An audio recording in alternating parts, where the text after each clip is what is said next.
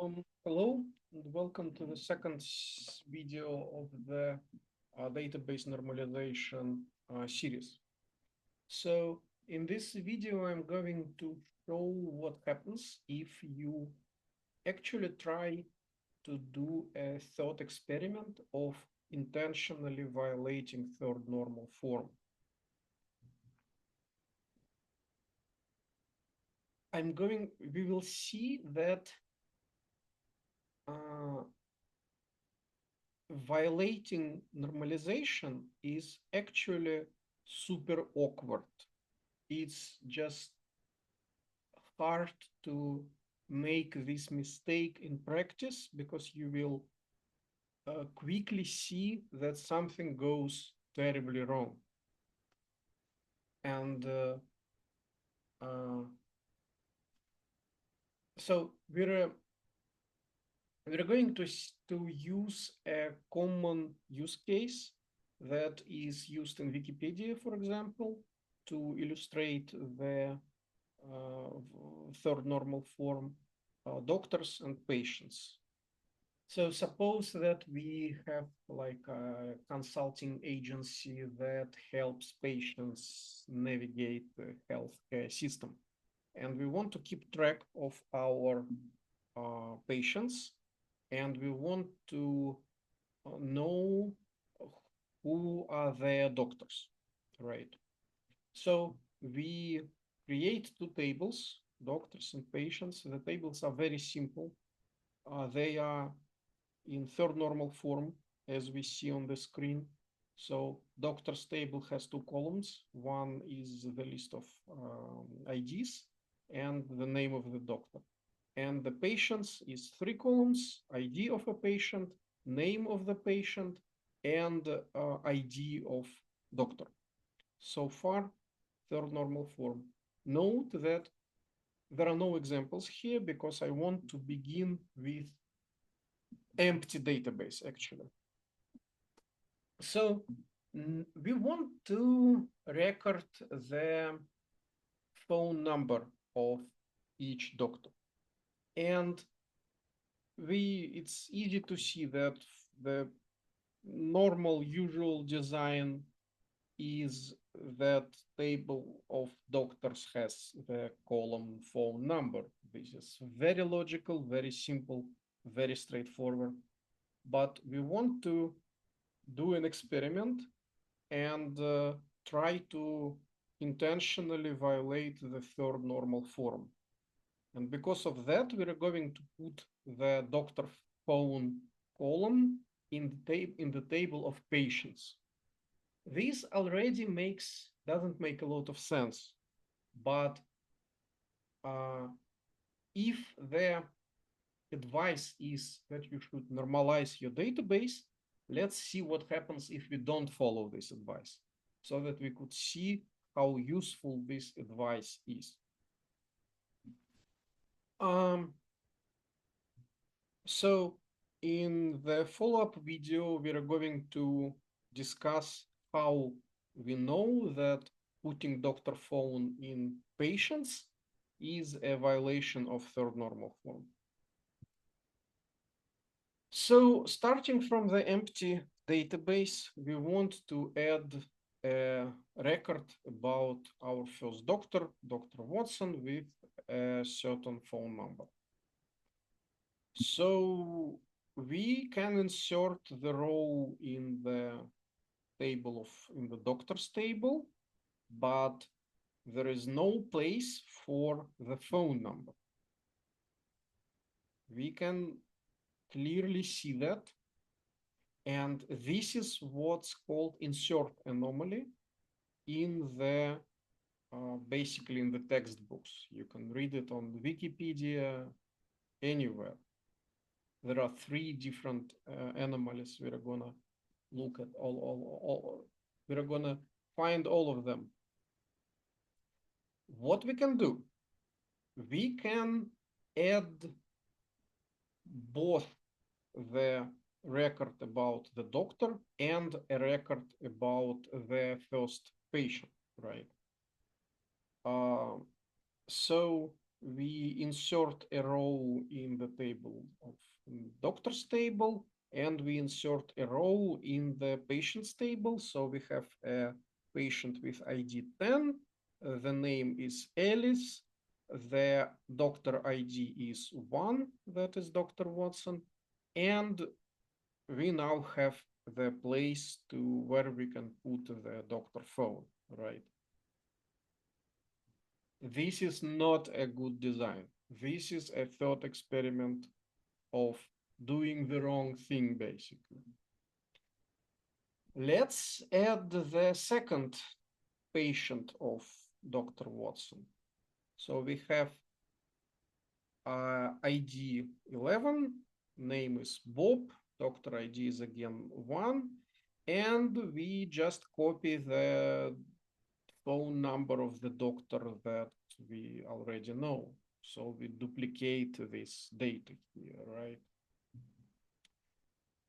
But suppose that somebody accidentally entered the wrong phone number of when they added this the second or a third patient, they accidentally typed the wrong number, right?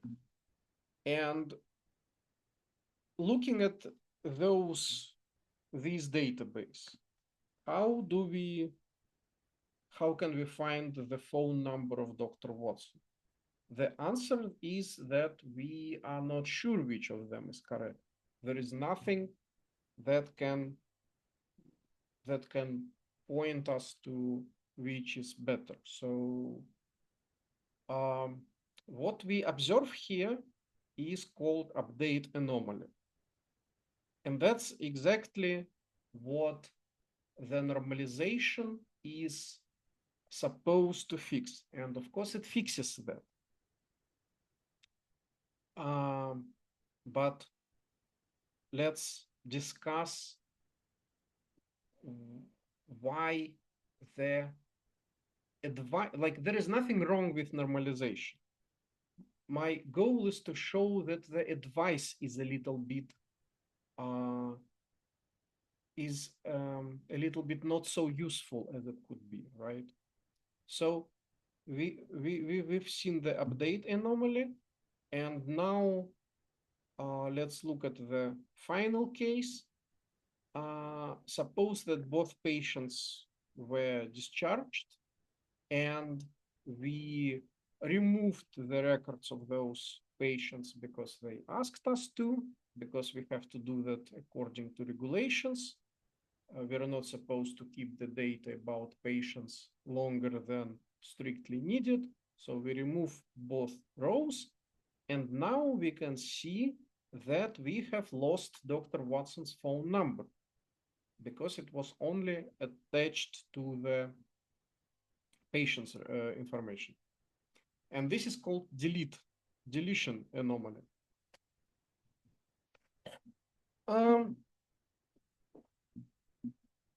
On every step of this way, we kind of see that we're doing something wrong. It's very easy to see that, like, starting from the beginning, it's obvious that doctor's phone number needs to be in the table of doctors. When we saw that we cannot, that when we insert the record about the doctor, there is no place to put the phone number. We already see that we made a mistake. We just need to fix it by adding a column, phone number column into the doctor's table, right? Additionally, we've seen two other reasons why we're doing that. So, and comparing with the normal way, with the usual way, wrong way is just awkward. You can see that it's awkward without any theory. You don't need to know about functional dependencies and stuff like that in 2025. This may have been an important thing to do back in 1970s or something, but now it's just not a very big deal for design. You don't need a theoretical idea of third normal form to design databases, right? So you don't need a theory, but you can just say directly. You can say that it's not obvious if we don't know anything about database design. It's not obvious where to put the phone number column, right? We will discuss how we can say that directly without invoking the theory, right? Two more things. Insert delete anomalies are only useful in database theory courses. They are never seen in practice in real database, because when you somehow make a mistake because you're a beginner, because you're super confused, I don't know, you made a typo, and or you made a misunderstood the problem, right? You put the column in the wrong table, and people will just tell you this is the wrong table. Please move this column to the right table. They will not use the idea of insert delete anomalies to show this to you, right? And as for update anomalies, the situation is a little bit different. In the previous video, in the first video where we discussed making a copy of city IDs, this is much more relevant, because one of the problems is how do we make sure that those copies of city IDs are correct. We're going to talk about that when we discuss how to maintain this copy of data. So basically, as the result, you never hear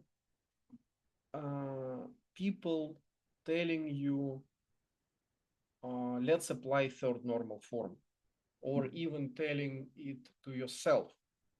If you make a mistake and you notice that, because you misunderstood the problem or you just made a typo or something, you're not going to actually